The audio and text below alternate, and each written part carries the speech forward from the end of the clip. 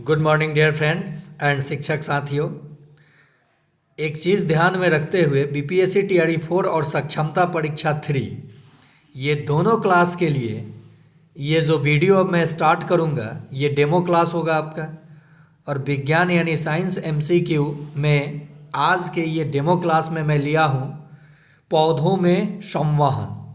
कक्षा 7th का NCERT text book है और इसे कैसे पढ़ना है और किस प्रकार से हम लोगों को क्वेश्चन मिलता है और कैसे इस क्वेश्चन का जवाब हमको देना है, खुद ऑब्जेक्टिव प्रश्न सोचना है और उसका उत्तर ढूंढना है।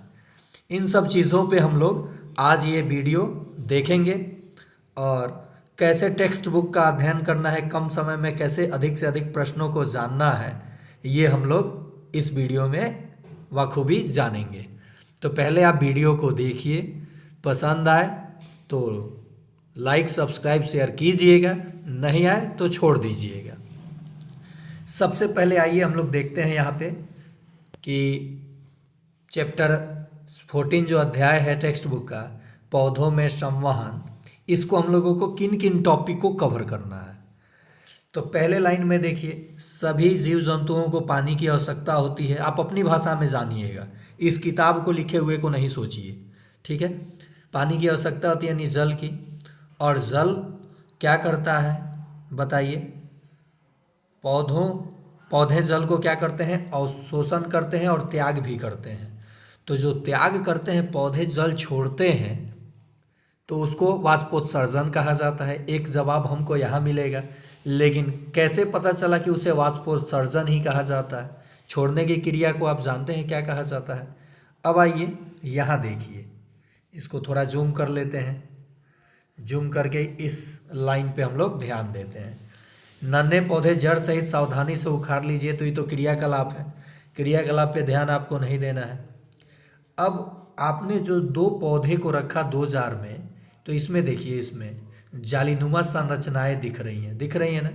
तो पौधों की जड़ों में धागा जैसी संरचना क्या कहलाती है? मूल रोम कहलाती है। तो अब प्रश्न अगर ऑब्जेक्टिव आएगा कि पौधे की जड़ों में धागे जैसी संरचना क्या कहलाती है, चाहे डैश कहलाती है। ऑप्शन रहेगा आपका पत्ती, दूसरा ऑप्शन रहेगा आपका तना, तीसरा ऑप्शन रहेगा मूल रोम और चौथा ऑप्शन रहेगा इनमें से कोई नहीं। कुछ भी ऑप्शन हो सकता है, तो आप उसका जवाब देंगे मूल रोम। अब रहा बात कि इस मूल रोम का कार्य क्या है, तो मूल रोम मृदा में उपस्थित जल का अवशोषण करता है। तो प्रश्न आएगा, ऑब्जेक्टिव आ सकता है कि पौधों में मूल रोम का कार्य है, पहला ऑप्शन भोजन बनाना, ठीक है। दूसरा ऑप्शन मृदा से जल को अवशोषित करना, तीसरा ऑप्शन आएगा वाष्पोत्सर्जन करना, चौथा ऑप्शन जो भी हो, मतलब ये समझाने के लिए मैं बोल रहा हूँ। तो आप कहेंगे कि मृदा में उपस्थित जल को अवशोषित करता है कौन?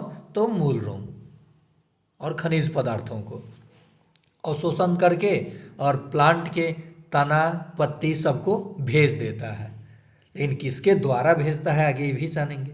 तो दो ऑब्जेक्टिव तो आपको यहीं से मिल गया, ठीक है। मैं किस तरह से तैयारी करना है ये चीज़ मैं बता रहा हूँ इस वीडियो में। इसे आप अभी स्टडी नहीं समझिए, लेकिन यहाँ भी आपको 15 से 20 प्रश्न टेस्ट के लिए मैं दिया हूँ। 15 से 16 प्रश्न आप उसको की कर लीजिएगा, जो कि एग्ज़ाम में पूछा गया है किसी ना किसी एग्ज़ाम में। चलिए आगे देखते हैं। अब ये इस लाइन में देखिए, हम लोगों को कुछ नहीं पढ़ना है, ठीक है। चलिए अगले लाइन में देखते हैं, अगला बात क्या कहता है। ये यहाँ से देखिए, अब रहा कि पेड़ पौधे क्या करते हैं? मूल रोम के द्वारा किससे? मिट्टी से खनिज लवण और जल को अवशोषित करते हैं और उन्हें तने और पत्तियों तक कैसे पहुँचाते हैं, अब ये जानना ज़रूरी है। तो देखिए यहाँ देखिएगा, जल में घुलनशील पोषक तत्वों को पत्तियों तक ले जाने के लिए पौधों में पाइप जैसी वाहिकाएं होती हैं। इन्हीं वाहिकाओं को के द्वारा संवहन क्रिया होती है, ठीक है। और ये वाहिकाएं क्या होती हैं, अब ये जानना होगा। तो वाहिकाएं विशेष प्रकार की कोशिकाओं से मिलकर संवहन ऊतक का निर्माण करते हैं। ये क्या होते हैं? तो ये संवहन ऊतक होते हैं। संवहन ऊतक, समान कोशिकाओं के संग्रह को आप ऊतक कहते हैं, टिश्यू, इंग्लिश में क्या बोलते हैं? टिश्यू। तो ये कंडक्टिव टिश्यू होते हैं और इसमें दो का नाम आपके ध्यान में होना चाहिए, जाइलम और फ्लोएम। क्या होना चाहिए? जाइलम और फ्लोएम। फ्लोएम से पता चल रहा है कि फल खाइएगा तो पोषण मिलेगा, और जाइलम से जल का जानकारी मिल रहा है, यानी जल इसमें छुपा है। ट्रिक से कैसे याद करिएगा? तो पौधों में जल और खनिज पदार्थों का संवहन एक पार्ट से दूसरे पार्ट में कौन पहुंचाता है? तो जाइलम ऊतक। कौन ऊतक? ये जाइलम ऊतक। और भोजन को कौन संवहन कराता है? तो कहिएगा फ्लोएम ऊतक। अब आइए आगे देखते हैं। तो दो प्रश्न यहाँ भी हमको जानने को मिल गया कि पौधे का कौन सा ऊतक, पेड़ पौधों का कौन सा ऊतक जल का संवहन कराते हैं? तो आपका आंसर हो जाएगा जल से जाइलम, ज से जल। भोजन के कौन से पार्ट, भोजन को कौन संवहन कराता है, कौन सा ऊतक? आप अपने भाषा में सोचिए, भोजपुरी हो, इंग्लिश हो, हिंदी हो, जो हो, माने जखनी मन तखनी सोचिए, जहाँ बैठे रहिए वहीं सोचिए। ठीक, तो दो आपको यहाँ से आंसर मिल गया। देखिए यहाँ, निर्माण जल एवं खनिज पदार्थों को पत्तियों तक ले जाने के लिए किस जाइलम ऊतक होते हैं, जाइलम नामक ऊतक होते हैं। ठीक है, तो यहाँ आपने जाइलम के बारे में देख लिया। अब हम लोग देखते हैं इसमें पौधों में जाइलम और फ्लोएम का चित्र है। ये जाइलम है, ये वाला पार्ट, और फ्लोएम देखिए, ये जाइलम के पार्ट को दिखा रहा है। तो जाइलम और फ्लोएम हो गया, और ये आपको फ्लोएम पोषक तत्वों को यानी भोजन का संवहन। देखिए फ्लोएम क्या करता है? भोजन का संवहन। जाइलम क्या करता है? जल और खनिज लवणों का संवहन। आगे प्रश्न आपको देंगे, उसका प्रैक्टिस आपको करना है, हमको थोड़े करना है। हम भी आप लोगों के साथ प्रैक्टिस ही कर रहे हैं, लेकिन चीज़ें कैसे समझना है, कैसे पढ़ना है, ये चीज़ें ज़रूरी हैं। एक नंबरिया आप याद कर जाते हैं, लेकिन यहाँ देखिएगा कैसे घुमा घुमा के मैं प्रश्न करूँगा। वैसे एग्जामिनर करता है, प्रश्न कहीं और से बन के थोड़े आता है। पौधों में वृद्धि के लिए जल एवं खनिज पदार्थों के अतिरिक्त भोजन की भी आवश्यकता होती है। जैसे हम लोगों में वृद्धि कैसे होता है, हम लोग विकसित कैसे होते हैं, जितने भी सजीव हैं, तो उन्हें भोजन की आवश्यकता होती है, यानी पोषक पदार्थों की आवश्यकता होती है। पोषक पदार्थ के बारे में आप लोग अच्छे से जानते हैं, तो उसको अलग से मैं वीडियो बनाऊंगा। ये डेमो, मैं बार बार कह रहा हूँ कि ये डेमो है। चैप्टर 1 से लेकर के साइंस, फिर हिस्ट्री, फिर ज्योग्राफी, 7 से लेकर 12th तक मैं कराऊंगा। तो 12th वाले में मैं सभी कॉन्सेप्ट को नहीं करा सकता हूँ, जो मेरा फेवरेट है उसी को कराऊंगा। हिस्ट्री, पॉलिटी सब तो करा दूंगा, और मेरा फेवरेट फिजिक्स था तो फिजिक्स ही कराऊंगा। केमिस्ट्री 10th तक कराऊंगा।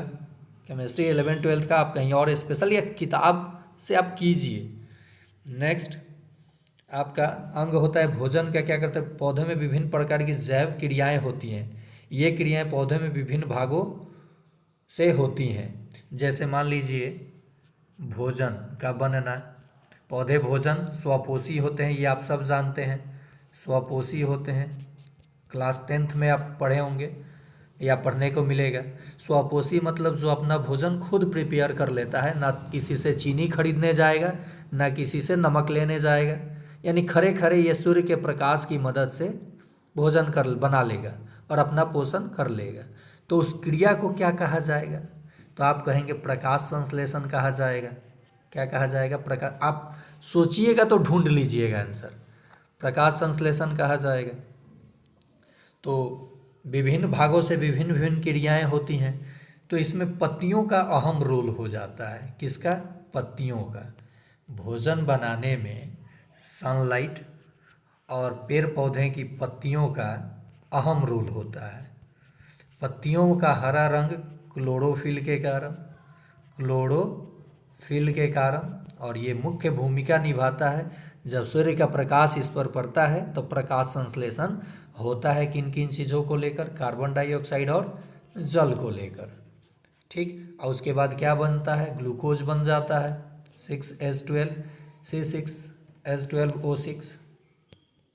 देखिए यहाँ C6H12O6 और ऑक्सीजन गैस निष्कासित होती है और ऊर्जा मिल जाता है एटीपी में। तो प्रश्न यहाँ 8 से 10 बन गया कि पत्तियों का हरा रंग क्यों होता है, तो क्लोरोफिल के कारण।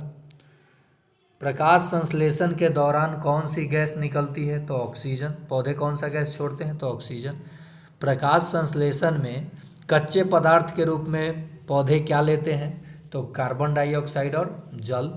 यह एक और प्रश्न बन सकता है, प्रकाश संश्लेषण की क्रिया में पौधों को कार्बन डाइऑक्साइड कहाँ से मिलता है, तो जंतुओं के श्वसन यानी जंतुओं से। जो हम लोग श्वसन करते हैं तो क्या छोड़ते हैं, कार्बन डाइऑक्साइड। और केवल कार्बन डाइऑक्साइड ही हम लोग नहीं छोड़ते हैं, ये बात ध्यान दीजिएगा। केवल आए तो नहीं छोड़ते, नाइट्रोजन भी लेते हैं, छोड़ते हैं पूरा का पूरा, ऑक्सीजन भी छोड़ते हैं। और ज़्यादा कार्बन डाइऑक्साइड 0.03% आपके वायुमंडल में है, इतना लेकर के लगभग 4% हम लोग छोड़ते हैं और इसे पौधे लेते हैं। और बदले में पौधे ईमानदारी दिखाते हुए हमें ऑक्सीजन देते हैं।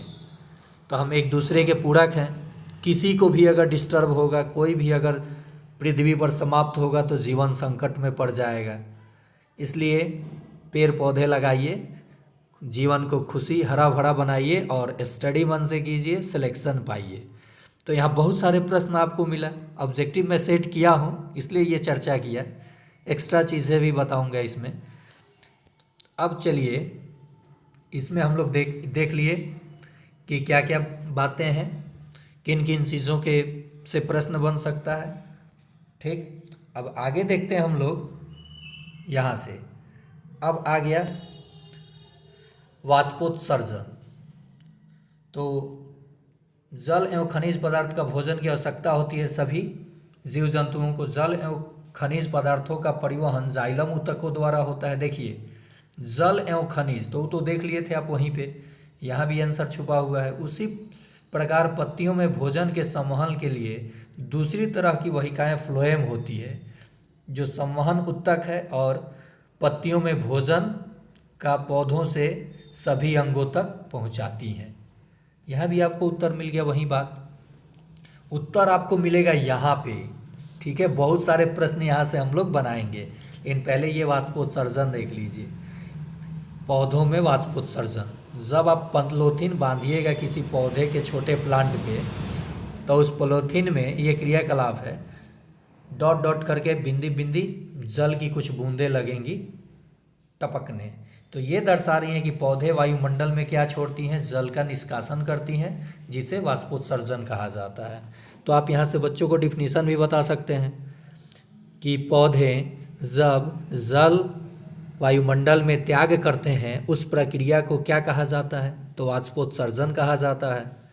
या वाष्पोत्सर्जन किसे कहते हैं, तो पेड़ पौधे जब वायुमंडल में जल का त्याग करते हैं तो उसे वाष्पोत्सर्जन कहते हैं। या वाष्पोत्सर्जन से आप क्या समझते हैं, तो पेड़ पौधे अपने पोषण के लिए मिट्टी से जल को लेते हैं और वह कुछ जल को अवशोषित कर जल का त्याग करते हैं वायुमंडल में, जिसे हम लोग वाष्पोत्सर्जन समझते हैं या वाष्पोत्सर्जन कहते हैं। ऐसे घुमा घुमा के प्रश्न पूछा जाता है एग्ज़ाम में, और उसी को बच्चों को अच्छे से अपने भाषा में समझाना होता है और हम लोगों को खुद समझना होता है। तो ये आप जान गए कि पौधे जिस प्रक्रिया द्वारा जल का त्याग करते हैं उसे क्या कहा जाता है। ऑप्शन रहेगा आपका, ऑप्शन रहेगा निष्कासन, वाष्पोत्सर्जन, उत्सर्जन, संवहन। तो क्या जवाब दीजिएगा वाष्पोत्सर्जन। अब रहा बात कि क्या सर हमेशा वाष्पोत्सर्जन एक ही तरह से होगा, क्या कभी धीमी यानी कभी तेज और कभी धीमी ये क्रियाएं हो सकता है, क्या सभी पेड़ पौधे एक ही मात्रा में जल का त्याग करते हैं, तो इसका जवाब होगा नहीं। क्या जवाब होगा, नहीं। एक बात बताइए, आपके इर्द गिर्द नदी तालाब पोखर दिखा होगा, क्या ठंडी के मौसम में वो जल्दी सूख जाता है, नहीं ना सूखता है। गर्मियों में वो क्या होता है, सूख जाता है। यानी गर्मी में ये सूर्य भगवान अपनी आंखें खोल देते हैं खूब अच्छे से और हीट उनको मिलता है, उष्मा। ठीक, तो जब हीट मिलेगा तो ज़्यादा वाष्पोत्सर्जन होगा। तो आइए इस लाइन में कम से कम 8 से 10 प्रश्न छुपा हुआ है, इस पे हम लोग बात करते हैं। पहले इसमें नीचे देख लेते हैं क्या दिया गया है। सोचे ऐसा क्यों होता है, यही बात ये कह रहा है कि सोचने पे आप मजबूर हो जाइए। सोचिए कि एग्जामिनर कैसे प्रश्न सेट करता है और वो किताब कहाँ से लाता है, कहीं से नहीं लाता है, यहीं थ्योरी सेक्शन से सोच सोच करके डाला जाता है प्रश्न, घुमा घुमा करके भाषा को। मैं प्रूफ के साथ बीपीएससी टीआरई 4 और सक्षमता 3 में आपको दिखाऊंगा कि कैसे एग्जामिनर हम लोगों को उल्लू बना देता है और हम लोग आंसर नहीं पकड़ पाते हैं। तो चलिए यहाँ देखिए, जड़ों द्वारा अवशोषित जल का कुछ भाग जैव क्रियाओं के लिए उपयोग होता है तथा कुछ भाग उपयोग नहीं हो पाता है।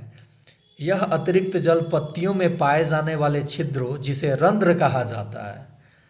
जो पत्तियाँ होती हैं, पत्तियाँ मान लीजिए इस प्रकार की मैंने कोई पत्ती बना दिया, मान लीजिए इस प्रकार की मैंने कोई पत्ती बना दिया, तो पत्तियों में छोटे छोटे छिद्र होते हैं। क्या होते हैं, छिद्र होते हैं।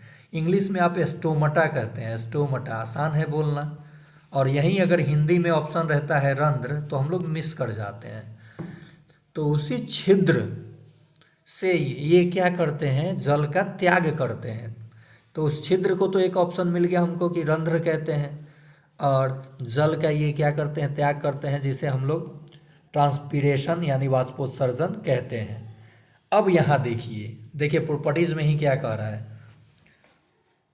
तापमान बढ़ने पर वाष्पोत्सर्जन की क्रिया तीव्र होती है। तीव्र मतलब तेजी से होती है। तो यहाँ पे मैं एक प्रश्न आप लोगों के लिए बना सकता हूँ कि तापमान के बढ़ने पर वाष्पोत्सर्जन की क्रिया पर प्रभाव पड़ता है। ऑप्शन 1 घटता है, ऑप्शन 2 समान रहता है, ऑप्शन 3 बढ़ता है, ऑप्शन 4 इनमें से कोई नहीं। जवाब आसानी से आप दे सकते हैं। तापमान बढ़ेगा, गर्मी बढ़ेगा तो जल ज़्यादा सोखेगा। तो ये तापमान बढ़ने पर वाष्पोत्सर्जन की क्रिया तीव्र हो जाती है। तो इसके उल्टा आप सोच सकते हैं, तापमान को अगर घटा दिया जाए तो क्या वाष्पोत्सर्जन पर क्या प्रभाव पड़ेगा, तो निश्चित ही है कि घटेगा। समझ गए इस बात को। फिर यहाँ से हम प्रश्न बना सकते हैं कि किस ऋतु में वाष्पोत्सर्जन की क्रिया तेज हो जाएगा, अधिक होगा। तो आप सोच सकते हैं कि गर्मियों में हीट यानी उष्मा ज़्यादा होगा, तापमान बढ़ा रहता है, तो गर्मी हो जाएगा। इसका उत्तर क्या हो जाएगा, गर्मियों के मौसम में। तो यहाँ से आपने देख लिया। आइए, वाष्पोत्सर्जन को प्रभावित करने वाले कारक। तो प्रश्न यहाँ ये भी थ्योरी सेक्शन में बन सकता है कि वाष्पोत्सर्जन को प्रभावित करने वाले कारक निम्नलिखित हैं। पहला, अब देखिए दिन और रात की बात हम कर लें, दिन और रात की बात करें तो दिन में उष्मा ज़्यादा होगा, सूर्य दिखाई देता है। तो जब उष्मा, यहीं से सब प्रश्न बन जाएगा, उष्मा ज़्यादा होगा तो दिन में वाष्पोत्सर्जन की क्रिया तेज होगी और रात में धीमी होगी। रात में क्यों धीमी होगी, सूर्य का प्रकाश जब पत्तियों पे नहीं पड़ेगा तो उसका रंध्र बंद हो जाता है, जिसके कारण से वाष्पोत्सर्जन की क्रिया धीमी हो जाती है। एक बहुत बड़ा प्रश्न यहाँ बन गया। तो सूर्य से संबंधित आप देख लिए। देखिए यहाँ क्या कह रहा है, दिन में वाष्पोत्सर्जन की दर बढ़ जाती है क्योंकि रंध्र खुले रहते हैं, जबकि सूर्य की अनुपस्थिति में रंध्र स्टोमटा बंद हो जाते हैं, क्लोज्ड हो जाते हैं। इसलिए रात में वाष्पोत्सर्जन की दर कम हो जाती है। समझ गए। गर्मियों में तापमान बढ़ने पर वाष्पोत्सर्जन बढ़ जाती है, जबकि जाड़े में कम हो जाएगी। अब यहाँ इस लाइन पे ध्यान देना है, हवा के बहने की दर अगर बढ़ती है तो वाष्पोत्सर्जन की क्रिया भी दर भी बढ़ती है। हवा में आर्द्रता बढ़ने से, आर्द्रता मतलब नमी, बढ़ने से वाष्पोत्सर्जन की क्रिया घटती है। ये बहुत हिडेड प्रश्न है। तो आइए, हम लोगों ने थ्योरी सेक्शन को कंप्लीट किया। अब हम लोग इस चैप्टर का एमसीक्यू आप लोग देंगे जवाब, टोटल एक भी गलत नहीं होगा। इस तरह से आप लोग पढ़े हैं यहाँ पे। अगर गलत होगा तो समझिए कि आपने सारी बातों पे ध्यान नहीं दिया है, तो एक बार और पढ़िएगा। चलिए शुरू किया जाए। पहला प्रश्न है, दिन की अपेक्षा रात में वाष्पोत्सर्जन की दर क्यों घट जाती है? आपका ऑप्शन है रंध्र के खुलने से, रंध्र के बंद होने से, दोनों, इनमें से कोई नहीं। प्रश्न नंबर 1, कमेंट में मुझे आप लोगों का जवाब चाहिए। दूसरा प्रश्न, किस ऋतु में वाष्पोत्सर्जन तेजी से होती है? तो पहला ऑप्शन है वर्षा ऋतु, दूसरा शरद ऋतु, तीसरा ग्रीष्म ऋतु, चौथा उपर्युक्त सभी। तो अब आपको सोचना है, जवाब देना है। और हाँ, सेशन को देख रहे हैं तो लाइक कीजिए और कमेंट कीजिए कि सर क्लास को कंटिन्यू किया जाए, चाहे वो सामाजिक विज्ञान हो, विज्ञान हो, गणित हो, तो मैं कंटिन्यू करूँगा। और आप लोगों का जितना लाइक कमेंट आता है मुझे उतनी खुशी मिलती है। और फी के रूप में मुझे आप लोगों से सिर्फ लाइक चाहिए और कुछ भी नहीं। और वीडियोज़ को देखिए, क्योंकि गवर्नमेंट मुझे उतना पैसा दे देती है जितना से मेरा काम चल जाता है। चलिए आगे देखते हैं प्रश्न। पौधों का जनन अंग होता है, ये एक एक्स्ट्रा प्रश्न मैं लिया हूँ, ये मैं बता दूंगा। तो आप लोग भी जानते हैं पौधों का जनन अंग जो होता है वो फूल होता है। क्या होता है? फूल।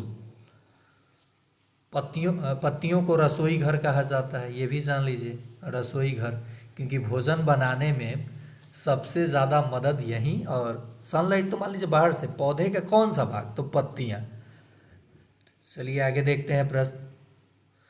पौधे प्रकाश संश्लेषण के क्रिया के दौरान कौन सा गैस छोड़ते हैं? लेने की बात नहीं कर रहा है, छोड़ने की। वो 3 नंबर था, ये 4 नंबर प्रश्न है। कमेंट में आपको जवाब देना है। ऑप्शन है नाइट्रोजन, कार्बन डाइऑक्साइड, ऑक्सीजन या हीलियम।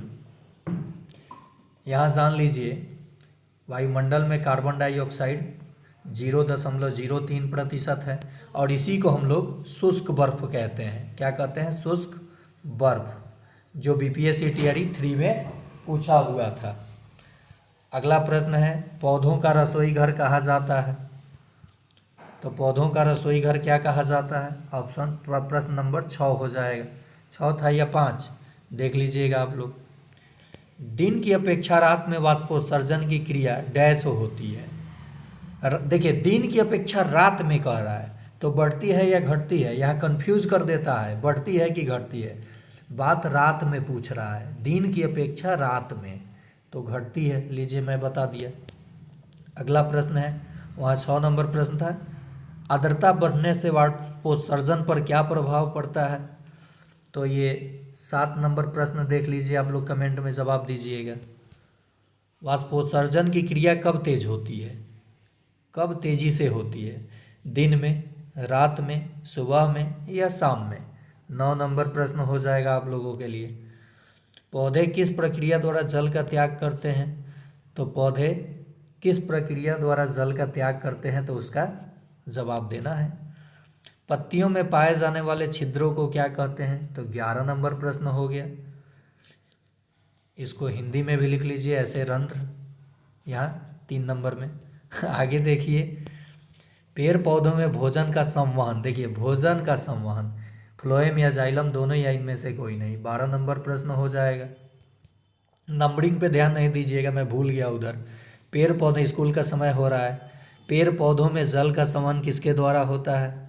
तो पेड़ पौधों में जल, ज से जाइलम, ज से जल, ये जाइलम शायद गलत लिखा हुआ है, देख लीजिएगा आप लोग। तो 13 नंबर प्रश्न हो गया। और ये था एनसीईआरटी क्लास 7th के पौधों में संवहन से पूछे जाने वाले निम्नलिखित प्रश्न, जो भिन्न भिन्न एग्जाम परीक्षाओं में, जैसे BPSC TRE, SSC, railway, police, STET, CTET, REET जैसे परीक्षाओं में प्रश्न साइंस में बन जाता है। तो इसी प्रकार से मैं चैप्टर वाइज आपको पहले पढ़ाऊंगा, तब एमसीक्यू कराऊंगा। अगर आपको ये वीडियो पसंद आ रहा है तो लाइक कीजिए और एक प्यारा सा कमेंट कीजिए। आपका अपना चैनल स्टडी विद राहुल 247।